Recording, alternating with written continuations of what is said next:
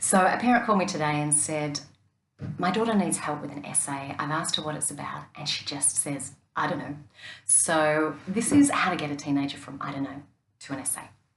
So the first thing I would do is I would say, right, let's draw on our existing knowledge about the topic. Tell me everything that you know that you have been talking about in class. And as they start to explain, I'd say, I'm just going to take down the key words from it as you're talking. Because what you want to do is model those processes that they need to do when they sit down independently to write an essay. So then if they're unable to actually recall what they've been talking about or the main topic in class, and some of my students who have recall difficulties or expressive language difficulties will really struggle with that.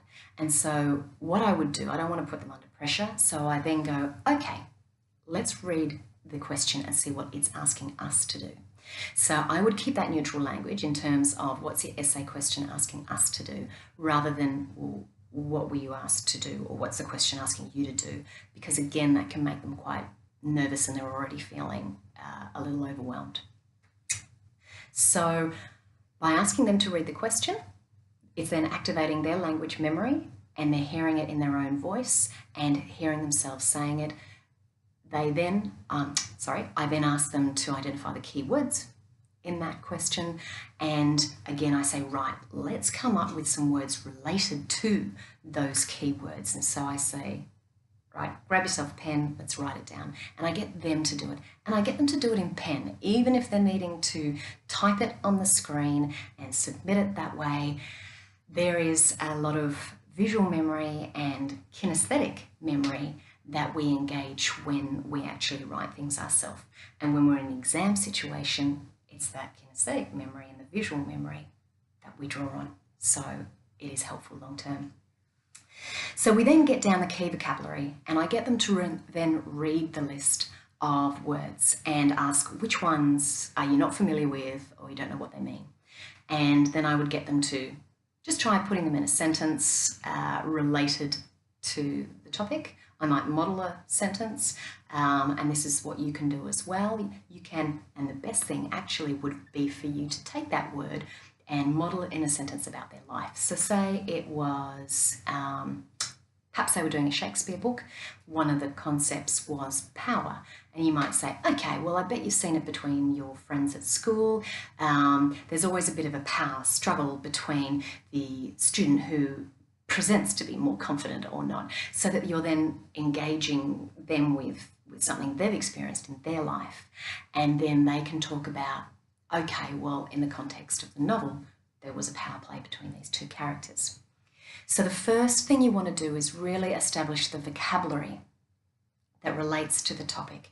And you want to be doing a lot of verbal activities to start off with, because the more a teenager can use the key language in a topic, they can then translate that to their writing.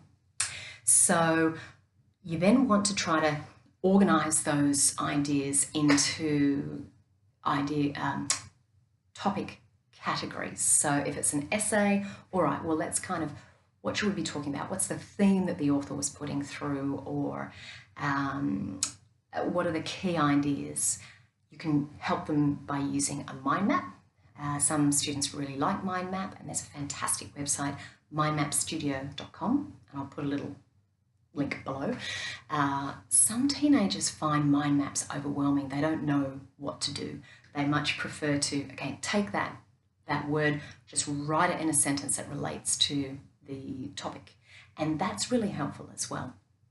So basically the first hour that you work with your teenager, I would just expect to have the key vocabulary that you can then use as a memory bank. And that's for them to then use when they're writing.